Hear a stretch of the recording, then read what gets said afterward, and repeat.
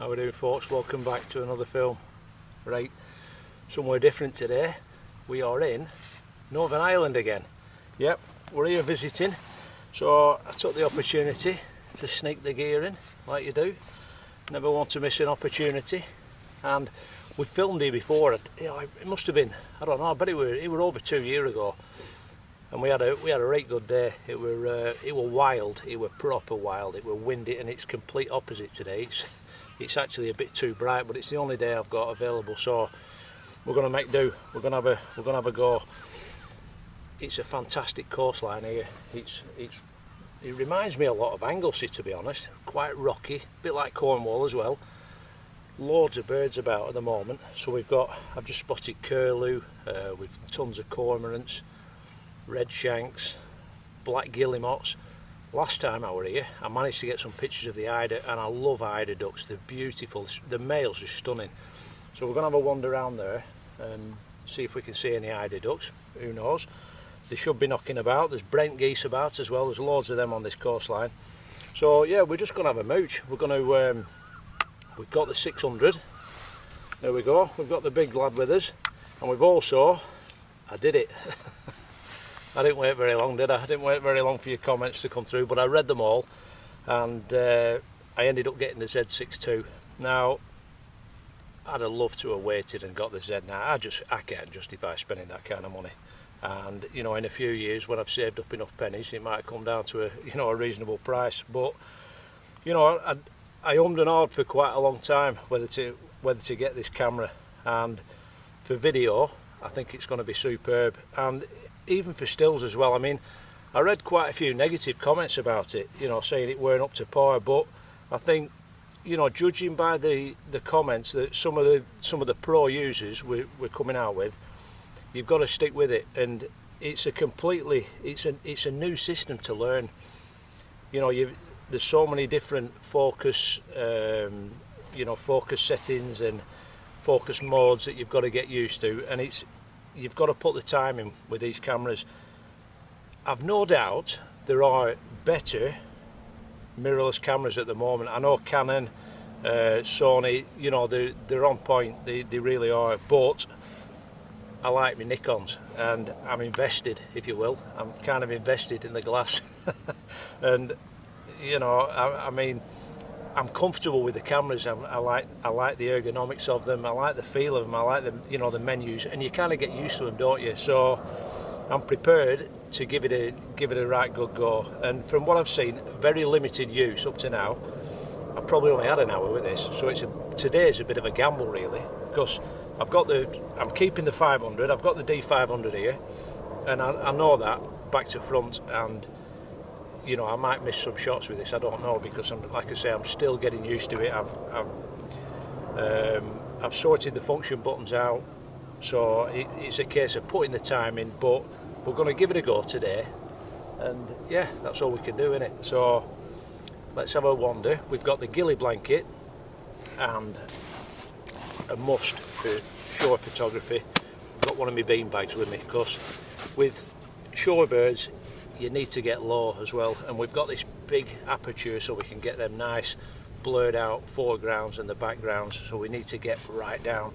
We've got our photo mat, because I don't want to be led in all this and getting filthy. So photo mat, bean bag, big lad, and a bit of luck hopefully. You might notice this on the end. When I bought this lens, I didn't make a cock up, to be honest, but when I bought it second hand, and I didn't realise that the hood on these, I didn't realise it was 2 parts, and there was only 1 part with it. And then when I got back and I read a bit more in the instruction manual, it showed a second part. Well, I went online and I had a look how much they are. Wow, unbelievable! It was about 600 quid for a new lens. So I got the old sewing machine out and made a folding one, a cloth one. It's made out of camouflage cordura. So all you do, you just stick it on like that, and that's it. And all it is to avoid lens flare. So that's me cheap fix. and I think it works a treat, so there's no point spending a fortune and getting a second lens hood. So they're going to be going on the Etsy shop actually. I think there might be a call for them, so if you're interested, drop us a line. Alright, right, let's get out here and let's see what we can get some pictures of.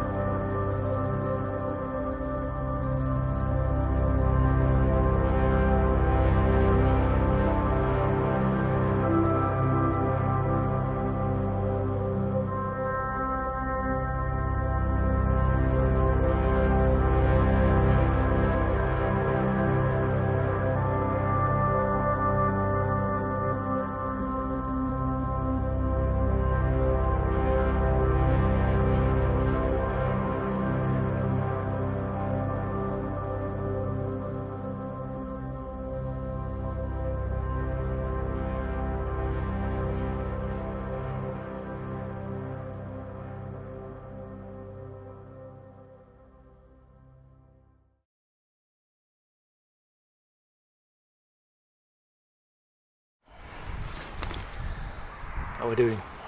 Right, it's the day after yesterday, and yesterday were a bit of a disaster, to be honest. Well, it wasn't. Look, I didn't get the pictures hour after, to be honest. I got attacked by a red setter, which is always nice. Too many people about, so we've had to move. And to be honest, the weather's a bit better today. It's not as bright, so it's dull, bit overcast. It was kind of drizzly rain before, but that's backed off, so that's good. So same kind of setup. We've just got the 600 on the Z6ii, which they were good yesterday, to be honest, because I managed to have a proper do with it, you know, and work through the autofocus modes and that, and I kind of got a bit more used to it. It's just going to be a you know, the long game, if you will. Just getting out with it and trying it as much as I can, and it's like anything, you know, you get used to it eventually, don't you? So we've got that, we've got all the gear, beanbag, and we've got the tripod in case we can manage to get some video footage. So we're just a little bit further down the coast, and it's a lot quieter. It's a bit more rugged. The tide's kind of, it's on the turn, so we need to be pretty quick really. What I wanted to do was try and get some shots of these Eider. Now, I spotted some down on the front before. By the time I got back and got the camera, they'd done one. So that's why we've headed over here, and I've just seen there's 3 Eiders. There's 2 males and a female, and they're just over this rocky outcrop. So what I'm going to do now, I'm going to get me camo. Well, I'm going to get me camo gloves on. I'm not bothering with all. I might stick the face veil on. Just try and cover all the pale bits up. I'm going to leave the camera bag here and the tripod, and we're just going off with beanbag because I need to keep low. I can't be dragging all that gear with me because they're proper twitchy, these. So it's now when I'm doing something like this, it's quite open, so the chances of me getting really close, or I don't know, they're pretty slim, to be honest. So there's 2 schools of thought. You can either try and get as close as you can and risk spooking them, in which case you ain't going to get any pictures whatsoever, so it's a wasted journey. But what I like to do, I like to stick my teleconverter in my pocket, and when I get to a distance where I know that I can get some reasonable quality pictures, I'll stick the teleconverter on, get some shots, because I know that, you know, post editing I can crop in. Don't forget, you've got, you know, I think this is 24 megapixels. Unless you're blowing it up to the size of your bedroom wall, you're going to be fine. So you can crop in. Don't be frightened of cropping in. And then once I've got them at that kind of resolution, then what I'll attempt to do is just try and get a little bit closer. And if you do get closer and you don't spook them, happy days. you know, get some better quality shots, because you're not cropping in, if you know what I mean. So that's the plan. Like I said, we're gonna utilise the EARDLEY Creations beanbag. Link in the description below. Let's go and see if we can get some shots of these Eider. Come on.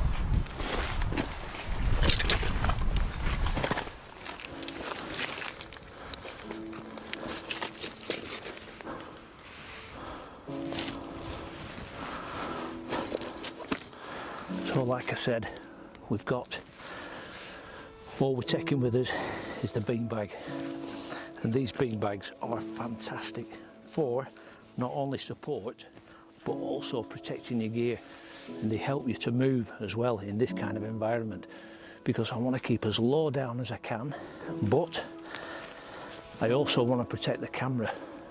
So all I'm doing, I'm just moving the camera's sat on the beanbag, so that's not going in any water, and I'm just moving one limb at a time.